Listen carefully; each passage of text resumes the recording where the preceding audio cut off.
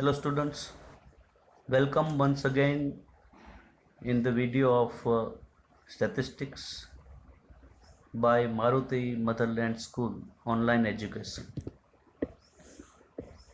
After a mini vacation આપણે ફરી પાછો અભ્યાસ શરૂ કરી રહ્યા છીએ.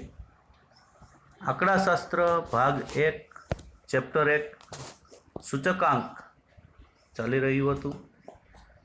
એમાં 5 રીતનો અભ્યાસ આપણે કરી લીધો હતો. હવે રીત નંબર 6 ભારિત સરેરાશની રીતે સૂચકાંક. અગાઉ આપણે અચલ આધારની રીત, પરંપરિત આધારની રીત, આ બંને રીતે સૂચકાંકો મેળવ્યા.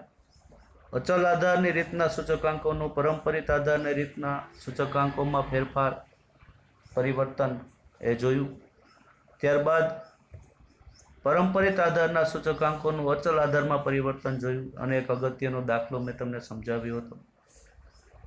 હવે આપણે ભારિત સરેરાશની રીતે સૂચકાંક ઉદાહરણ નંબર 11 પાના નંબર 21 પર આપેલ છે. ઉદાહરણ કઈ રીતે એમાં આપેલું છે જુઓ. રકમ 5 જુદી જુદી વસ્તુઓના ભાવ અને ભાર અંગેની નીચેની માહિતી પરથી વર્ષ 2011ને આધારે 2016નો સૂચકાંક ભારિત સરેરાશની રીતે ગણો. આ દાખલામાં તમને રકમમાં વસ્તુઓ ABCDE ભાર આપેલ છે 40, 25, 5, 20 અને 10. ભાવ આપી દીધા વર્ષ 2011 અને વર્ષ 2016ના. તો વર્ષ 2011નો ભાવ આપેલો છે વસ્તુ A નો 160, 400, 50, 10 અને 2. વર્ષ 2016 એમાં તમને ભાવ આપેલ છે દરેક વસ્તુનો 200, 670, 18 અને 3. સૌથી પહેલાં તો જ્યારે તમને ભાર આપી દીધો હોય ત્યારે ભારિત સરેરાશની રીતે સૂચકાંક મેળવવું હોય તો એનું સૂત્ર કઈ રીતે? તો સૂત્ર આપણે જવાબની શરૂઆતમાં લખશું. સૂત્ર I બરાબર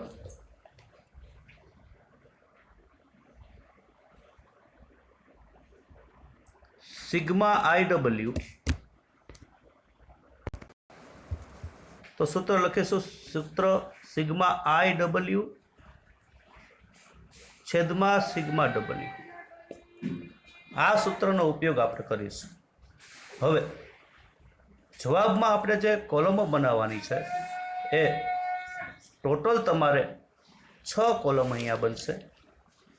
વસ્તુ ઓલરેડી તમને આપી છે ABCDE. ભાર આપેલ છે 40, 25, 5, 20 અને 10. આ જે ભાર આપેલ છે એને ડાયરેક્ટ તમે આપણે W નામ આપી દેશું. ભારને ઇંગ્લિશમાં વેઇટેજ કહેવાય છે એટલે W નામ આપશું. ભાવ આધાર વર્ષ કેને કહેશું, ચાલુ વર્ષ કેને કહેશું એ ધ્યાનમાં લેશું. વર્ષ 2011 છે એ આપણું આધાર વર્ષ થશે એટલે એને આપણે કોલમને નામ આપશું P0. અને વર્ષ 2016 એ આપણું ચાલુ વર્ષ થશે તો આપણે એને P1 નામ આપીશું. સૂત્રમાં તમારે સિગ્મા IW જોઈએ છે. આનું તમારે અર્થઘટન કરવું હોય તો I ની કોલમ જોશે. I એટલે શું? તો I એટલે સૂચકાંક. તો એ તો આપણી પાસે છે નહીં, પણ આપણી પાસે ચાલુ વર્ષનો ભાવ છે, આધાર વર્ષનો ભાવ છે. તો તમને ખબર જ છે કે ચાલુ વર્ષનો ભાવ આપણી પાસે હોય, આધાર વર્ષનો ભાવ હોય તો આપણે સૂચકાંકનું સૂત્ર આવડે છે. I બરાબર P1 ના છેદમાં P0 ગુણ્યા 100. હવે I ની કોલમ આપણે જોતી હતી આવી ગઈ. W આપેલો છે. તમારે sigma IW interpretation of the formula. Sigma એટલે સરવાળો, IW નો સરવાળો એટલે કે I ની કોલમ અને W ની કોલમ બંનેનો ગુણાકાર પહેલાં કરવો પડશે. એટલે આપણે IW ની કોલમ બનાવવી પડશે. છેદમાં સિગ્મા ડબલ્યુ એટલે જે ડબલ્યુની કોલમ આપણે બનાવશું એનો સરવાળો આપણે લેશું. તો અહીંયા વસ્તુ આપી દીધી છે આપણને એ બી સી ડી અને ઈ. ભાર ઓલરેડી રકમમાં તમને આપેલો જ છે 40, 25, 5, 20 અને 10. એ ભાર આપણે અહીંયા લખી નાખશું 40, 25, 5, 20 અને 10. ઓલરેડી રકમમાં અહીંયા તમને આપેલો છે, એમાં કોઈ ફેરફાર આપણે કર્યો નથી.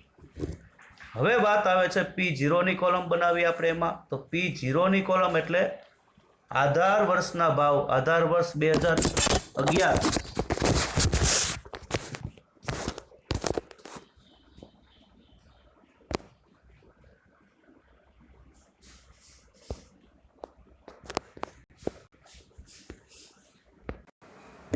Sorry for the disturbance. આધાર વર્ષ 2011 તો 160, 450, 10 અને 2 એવો ભાવ આપેલું છે. 160,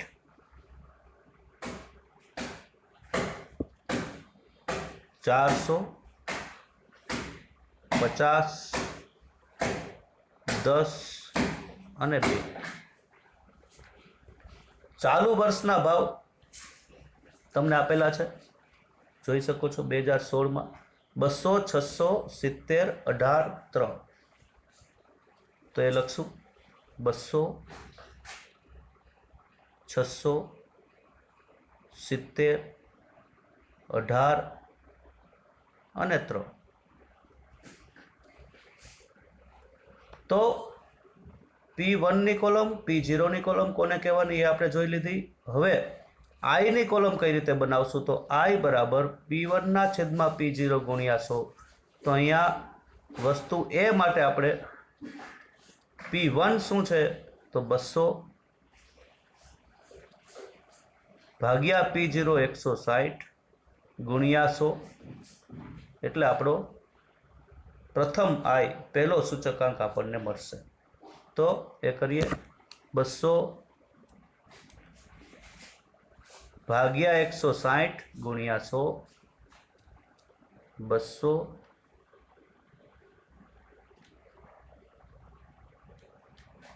ભાગ્યા 160 ગુણ્યા 100 એટલે જવાબ આવશે આપણી પાસે 125. તો 125 આપણે અહીંયા આઈની કોલમમાં જવાબ લખશું 125. આ આપણો વસ્તુ એ નો સૂચકાંક આપણને મળ્યો. હવે વસ્તુ બી ના સૂચકાંક માટે P1 એટલે કે 600 ભાગ્યા 400 ગુણ્યા 100. તો 600 ભાગ્યા 400 ગુણ્યા 100 કરીશું. 600 ભાગ્યા 400 ગુણ્યા 100 એટલે આપણી પાસે આવશે 150. 150 એ વસ્તુ બી માટેનો આઈ આપણે મેળવી લીધો, સૂચકાંક મેળવી લીધો. હવે વાત આવે છે વસ્તુ સી માટે. તો વસ્તુ સી નો સૂચકાંક આપણે મેળવશું, આઈ મેળવશું. તો વસ્તુ સી માટે થશે 70 ભાગ્યા 50 ગુણ્યા 100. તો 70 ભાગ્યા 50 કરીશું. 70 ભાગ્યા 50 એને ગુણ્યા 100 એટલે આવશે 140. 140 વસ્તુ સી માટેનો આઈ મેળવ્યો. વસ્તુ ડી માટે આપણે આવશું તો 18 ભાગ્યા 10 ગુણ્યા 100. આ 18 એને ભાગ્યા 10 ગુણ્યા 100, 0 0 કેન્સલ થશે. તો આપણે 180 અહીંયા સૂચકાંક હશે. આ શૂન્ય કેન્સલ કરી નાખીએ એટલે 18 ગુણ્યા 10 એટલે 180. મિત્રો જરૂર પડે ત્યાં જ કેલ્ક્યુલેટરનો ઉપયોગ આપણે કરવો, એ આપણા માટે વધારે હિતાવહ રહેશે. ભવિષ્યમાં પણ બને ત્યાં સુધી કેલ્ક્યુલેટરની જરૂર ના હોય તો ઉપયોગ ટાળવો. 3/2 અહીંયા આવશે આઈ મેળવવા માટે 3 P1 એટલે કે ચાલુ વર્ષનો ભાવ છેદમાં 18 વર્ષનો ભાવ 3/2 એને ગુણ્યા 100 કરીશું. 150 આવશે પણ આપણે કેલ્ક્યુલેટરમાં એ દર્શાવશું. 3/2 અને એને ગુણ્યા 100 એટલે આવ્યું 150. 150 આપણી પાસે આવી ગયું આઈ. સૂત્ર આપણું શું કહે છે ફરી પાછું જોવાનું છે. આઈ બરાબર સિગ્મા IW છેદમાં સિગ્મા W. પહેલાં તો ભારિત સરેરાશની રીતે દાખલો કેવી રીતે શું કામ ગણવાની જરૂર છે, તો કારણ કે તમને અહીંયા ભાર આપેલા છે. ભાર આપેલા છે, ચાલુ વર્ષનો ભાવ આપ્યો છે, આધાર વર્ષનો ભાવ આપેલ છે, તો તમે સિગ્મા IWના સૂત્રનો ઉપયોગ કરશો એવું નક્કી કરશું અને એ રીતે આપણે દાખલો અહીંયા ગણી રહ્યા છીએ. તો ડબલ્યુની કોલમ હવે આપણી પાસે છે જ, ઓલરેડી આપેલું જ છે દાખલામાં. ઘણી વખત એવું બને કે તમને Q0 આપી દે, ડબલ્યુ ના આપે, તો ડબલ્યુ એટલે P0 Q0 થાય છે. તો ડબલ્યુની કોલમ તમારે બનાવવી પડે P0 Q0 વડે અને પછી IW અને W છે એનો ઉપયોગ કરવાનો રહે. તો અહીંયા W આપી દીધી છે. હવે તમારી પાસે સૂચકાંક I તૈયાર છે, તમારે કોલમ જોઈએ છે IWની, તો અહીંયા આપણે 40 ગુણ્યા 125 કરશું. તો 40 ગુણ્યા 125 કરશું અને જવાબ આવી અહીંયા IWની કોલમમાં લખશું. તો 40 ગુણ્યા 125 એટલે આવશે 5000. તો અહીંયા વસ્તુ એ માટે આપણે IW મળ્યો 5000, આ રીતે લખશું. પછી 25 ગુણ્યા 150 કરીશું. 25 ગુણ્યા 150 3750. ત્યારબાદ 5 ગુણ્યા 140 14 75 700, આ રીતે લખીશું. ત્યારબાદ 20 ગુણ્યા 180 18 દુ 36 3600 લખીશું. 10 એને ગુણ્યા 150 એટલે 1500 અહીંયા લખીશું. 10 ગુણ્યા 150 એટલે 1500 લખ્યું. આ બધાનો સરવાળો કરો એટલે આપણે સિગ્મા IW મળે. સિગ્મા એટલે સરવાળો અને સિગ્મા IW એટલે આ બધાનો સરવાળો. તો સરવાળો કરીશું. 5000 વત્તા 3750 વત્તા 700 વત્તા 3600 અને વત્તા 1500 એટલે 14550. 14550 એ આપણો સિગ્મા IW આવ્યો. તો સિગ્મા IW 14550, એને આપણે કહી દઈશું સિગ્મા IW. સૂત્ર આપણું શું છે, તો ફરી પાછું જુઓ. સૂત્ર છે સિગ્મા IW છેદમાં સિગ્મા W. તો સિગ્મા W એટલે ડબલ્યુની કોલમનો સરવાળો. તો અહીંયા ડબલ્યુની કોલમનો સરવાળો છે શું થશે જોઈ લઈએ. 40 અને 25 એટલે 65 ને 5 70 ને 20 90 ને 10 100. તો 100 આપણે મળ્યું સિગ્મા W અને સિગ્મા IW બંને મળી ગયા. હવે આપણે એને સૂત્રમાં મૂકીશું. તમને પ્રશ્નમાં પૂછ્યું છે, બરોબર ધ્યાન આપો. પ્રશ્નમાં એવું પૂછેલ છે કે 2011 ને આધારે 2016 નો સૂચકાંક ભારિત સરેરાશની રીતે ગણો. તો આપણે લખશું 2016 નો સૂચકાંક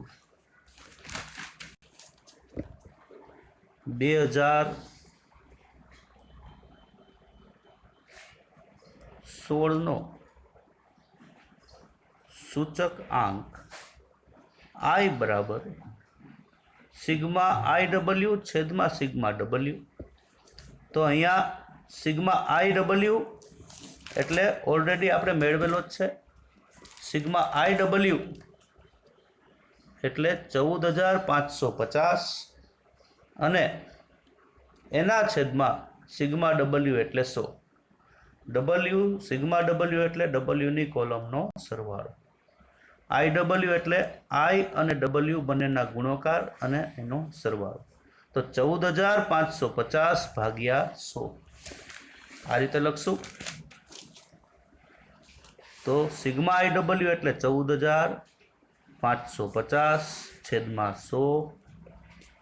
14,550 છેદમાં 100 આ રીતે. તો છેદમાં 100 છે તો બે આંકડા પછી અહીંયા પોઈન્ટ મૂકી દેશું આપણે. તો 145.50 આ આપણો સૂચકાંક આવ્યો. તો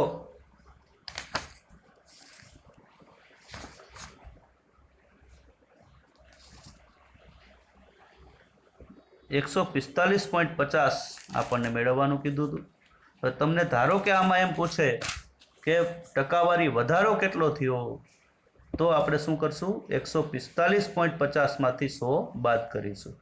તો વધારો મેળવવાનું કે તો 45.50% વધારો થયો છે ભાવમાં, એવું આપણે કહેશું.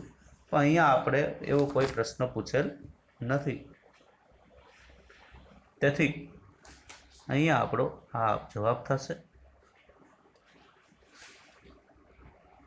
બરાબર ધ્યાનથી અભ્યાસ કરજો, મહત્વની રીત છે.